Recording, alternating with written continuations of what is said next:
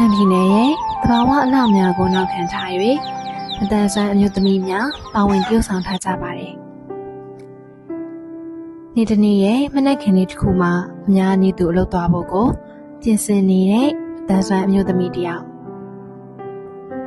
ပစ္စည်းတွေကိုမမေ့အောင်သေချာထည့်သွားရမယ်။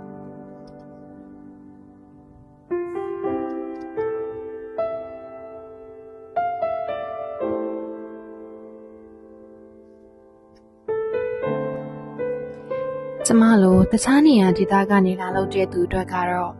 ရှမ်းပြည်နယ်ရဲ့ဒေသအစားအစာတွေကနှွေးထွေးမှုပေးနေသလိုပါပဲ။အုံမိုင်မိုင်မိုးရသည်နဲ့အင်းလေးကန်ကိုဖြတ်ပြီးအလုပ်သွားရမယ်။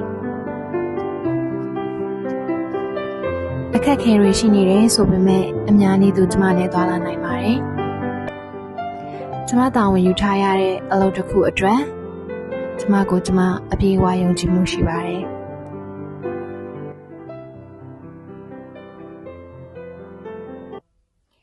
အင်းလေးကန်ကိုဖြတ်ပြီးတိုက်ခိုက်လာတဲ့တဘာဝလေအေးလေးတွေကကျမကိုစိတ်ခွန်အားတွေပေးနေပါတယ်။ဟိုမှာလည်းကျမလိုမတန်ဆွမ်းအမျိုးသမီးလေးတွေကကျမစီကနေပညာတွေသင်ယူဖို့ဆောင်နေကြပြီလေ။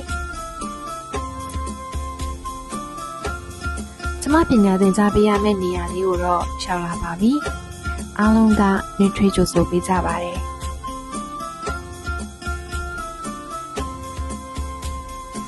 အတန်တွေကိုတိတ်မကြားရဘူး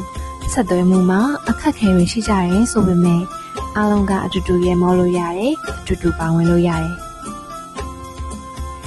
နားလေလက်ခံနိုင်စွမ်းအားနည်းတယ်ဆိုပေမဲ့အတူတက